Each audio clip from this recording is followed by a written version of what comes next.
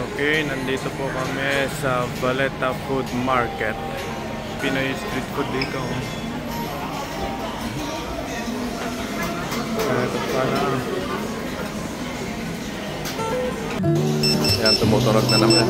Oh. Ito po yung sinigang. Thank you po dito sa Pinoy. Okay, so ito na yung dinasal dito sa Pinoy street food sa Mampa. So, yan. Okay, mamaya pa ba lang ginagawa? Yan, pati yung puti kumakain din ng inasal at sinigang. Tayo mamaya. Saan? Supermarket yan. Doon ka ng bakasado ko.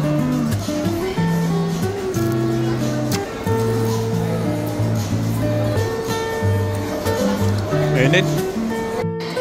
Na-miss daw ni Balong kumain ng kanin. Nag-order siya ng sarili niyang sinigang.